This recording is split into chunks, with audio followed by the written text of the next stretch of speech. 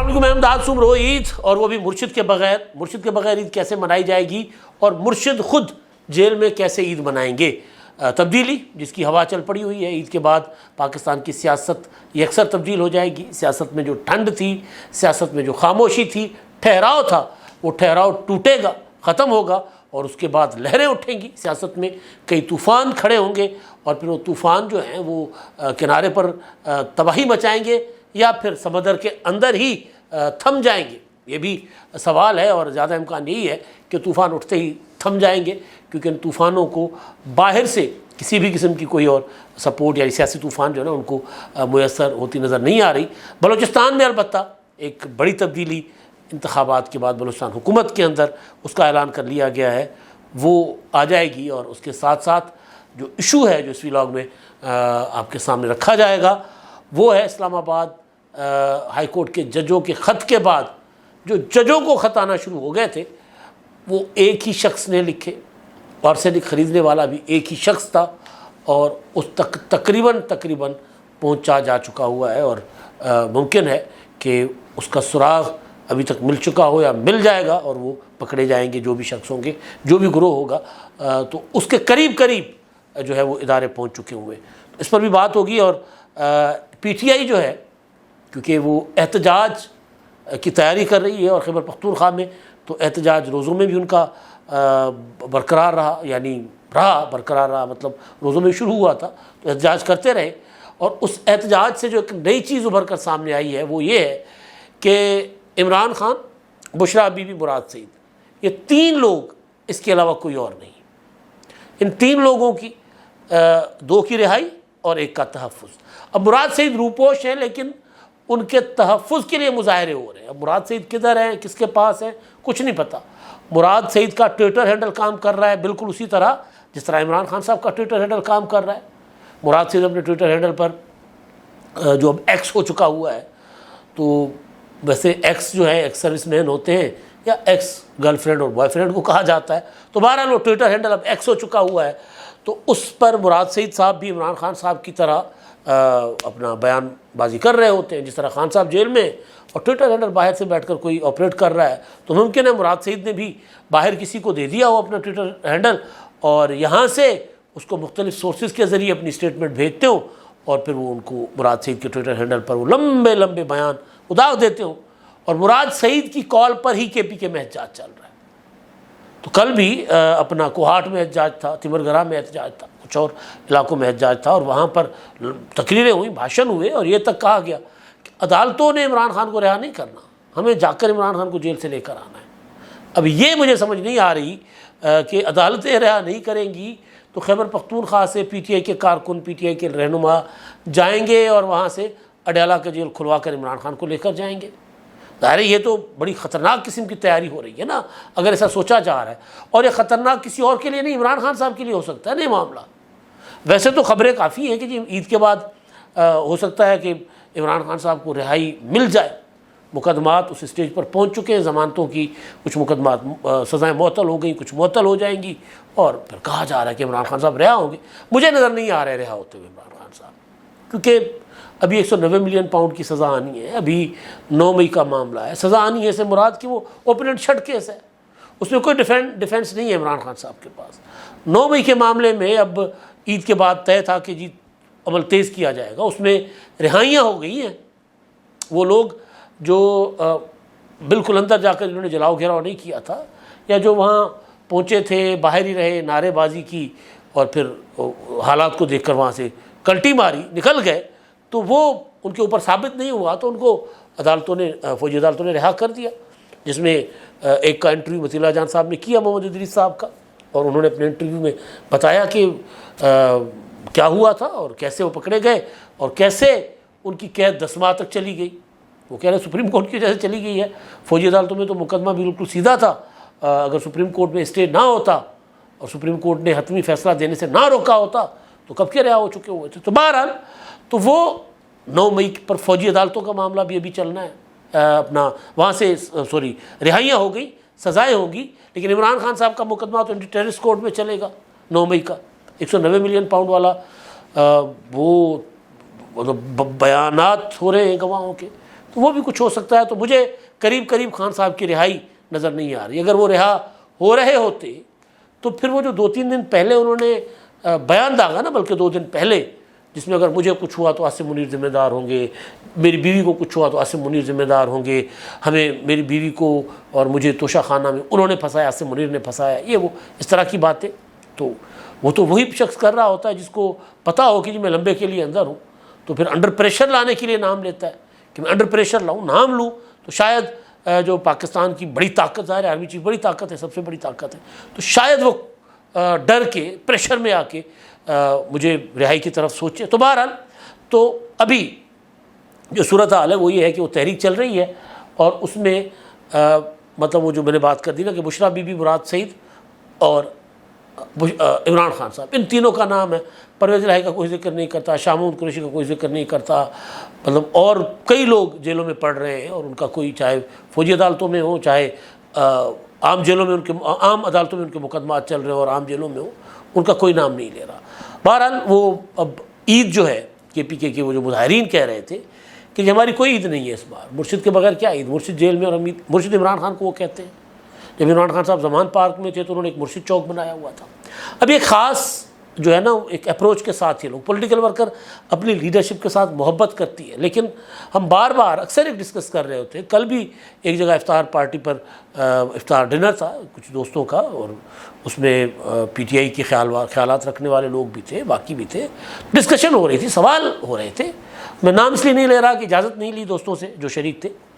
تو وہاں پر جو چیز ہو رہی تھی ڈسکشن میں تھی کہ اگر ایک پیپلز پارٹی کا کارکن ہے، وہ اگر ان کی قیادت نے کوئی غلطی کی ہوتی مان جاتے، اگر مگر چونکہ چنانچہ کرتے مان جاتے کہ ہماری قیادت نے غلطی ہے، نہیں کرنا چاہیے تھا.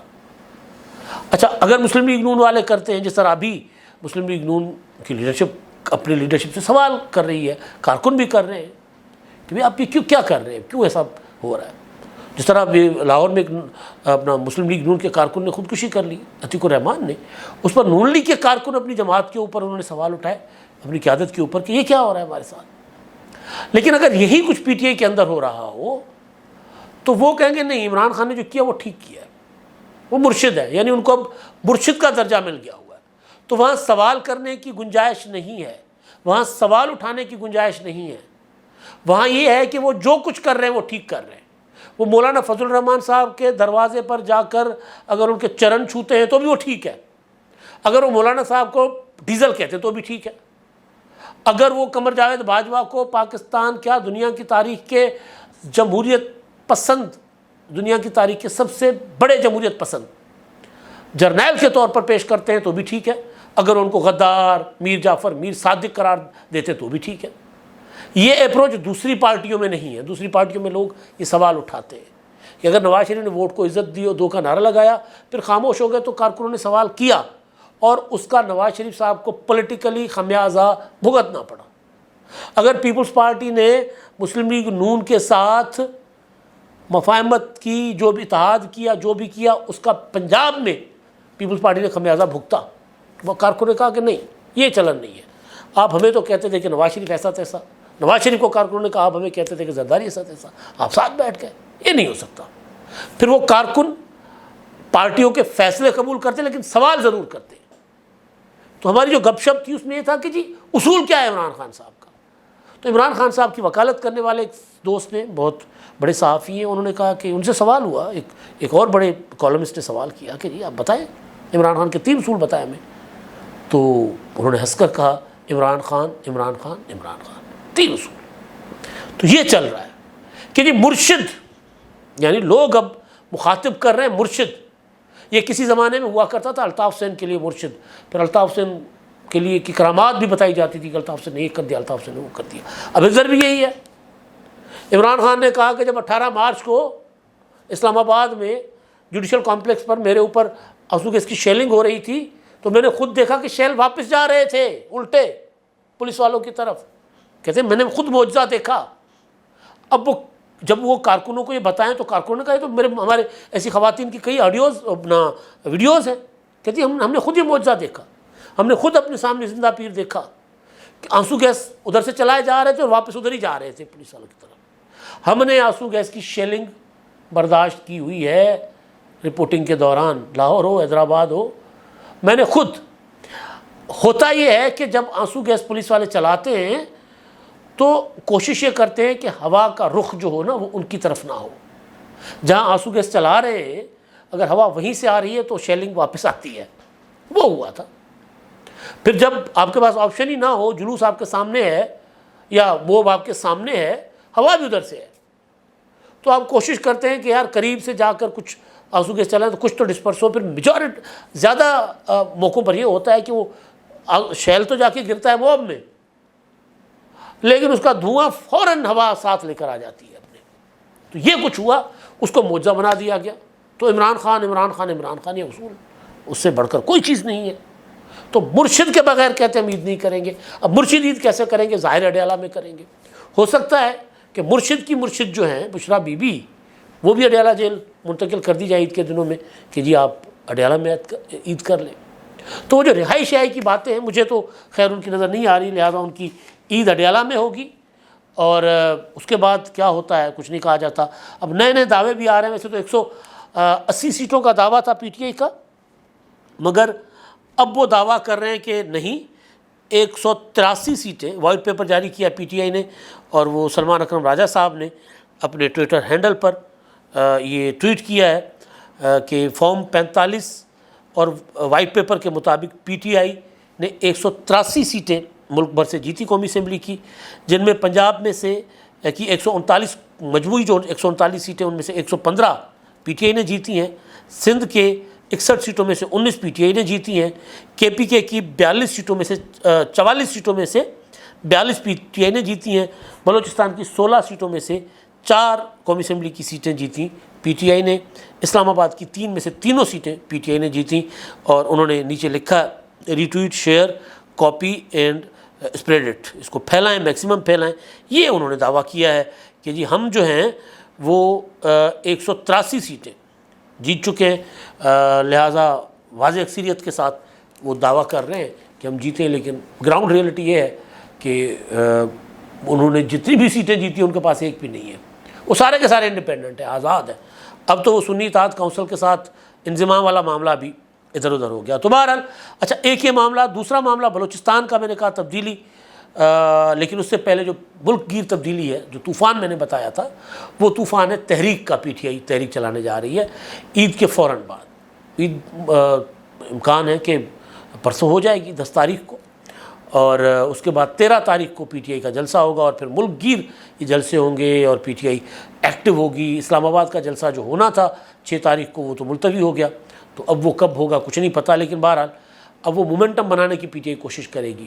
اس میں وہ گرینڈ الائنس بنا رہے ہیں، جماعت اسلامی بھی، دیگر جماعتیں بھی. لیکن بہرحال وہ گرینڈ الائنس بنتا ہے نہیں بنتا، طوفان کھڑا ہوتا ہے نہیں ہوتا، تحریک بڑی اٹھتی ہے نہیں اٹھتی.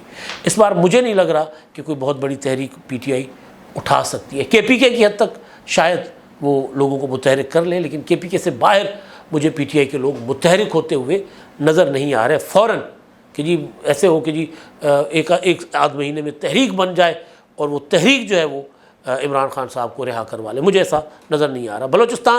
بلوچستان میں حکومت بنے تو کافی ٹائم ہو گیا، کابینہ نہیں بنی، یعنی وزیر اعلیٰ بن گئے اور حکومت نہیں بنی، یہ کہہ سکتے ہیں. کیونکہ حکومت تو کابینہ ہوتی ہے نا، جب تک کابینہ کے فیصلے نہ ہوں تو وزیر اعلیٰ بذات خود تو حکومت نہیں ہوتی. تو بہرحال اب شاہد ہند صاحب جو ہیں بلوچستان حکومت کے ترجمان، انہوں نے اپنا کل ایک اسٹیٹمنٹ جاری کی ایکس پر. وہ کہتے ہیں کہ بلوچستان کابینہ عید الفطر کے بعد فوری بعد حلف اٹھائے گی. حلف برداری عید کے بعد پہلے دفتری روز ہوگی، یعنی عید کی چھٹیاں ختم ہوتے ہی. اور کابینہ کی تشکیل کے فارمولے پر اتحادیوں میں اتفاق رائے وہ کہتے ہیں کہ جی ہو گیا ہوا ہے. تو اچھی چیز ہے، اچھی بات ہے کہ بلوچستان کی حکومت، ظاہر ہے ابھی حالات ایسے ہیں کہ اتنا لمبا عرصہ جو ہے وہ بغیر حکومت کے یا بغیر فیصلہ سازی کے، کیونکہ وزیر اعلیٰ فیصلے کر تو رہے ہیں لیکن جب تک کابینہ نہ ہو تو پھر ان فیصلوں کی کوئی امپورٹنٹ کوئی حیثیت نہیں ہوتی. دوسری چیز جو مسلسل اب خبروں میں ہے وہ ہے ججوں کا خط جو ججوں کو آیا تھا دھمکیوں والا. اب اس میں ایک اور رپورٹ آ گئی ہے انویسٹیگیشن کی. اس میں یہ ہے کہ جی فرانسک رپورٹ جو ہے وہ سی ٹی ڈی کو موصول ہو گئی ہے، جو خط لکھے اسلام آباد high court, Lahore high court اور سپریم کورٹ کے ججوں کو جو خط بھیجے گئے تھے وہ ایک ہی ہینڈ رائٹنگ ہے، ریشمہ اور گلشاد خاتون، ان کے نام سے خط بھیجے گئے تھے، لیکن یہ جو بھی ہیں، مرد ہے خاتون ہے، تینوں ایک ہی ہیں، اور تینوں نے مطلب ایک ہی ہینڈ رائٹنگ سے بھیجے گئے ہیں، اور پھر آرسینک خریدنے والا شخص بھی ایک ہی ہے، اور اس کے بہت قریب ادارے پہنچ گئے ہیں، یہ دعویٰ کیا جا رہا ہے۔ تو امید کی جا سکتی ہے کہ عنقریب اس کو بے نقاب کیا جائے گا، اس کو پکڑا جائے گا، اور یہ جو ہے وہ بات سامنے آئے گی، یہ بے نقاب ہوگی یہ بات، یا وہ جو کلپریٹس ہیں جو اس کے پیچھے کہ کون اتنی بڑی سازش کر رہا ہے، اور کون کس نے عدلیہ کو جو انڈر تھریٹ رکھا ہوا ہے، وہ کون سا گروپ ہے، کون سی پارٹی ہے، کون سی جماعت ہے، کون سا شخص ہے، اس کے مقاصد کیا ہیں، وہ بھی سامنے آ جائیں گے۔ اب تک کے لیے اتنا ہی، اللہ حافظ۔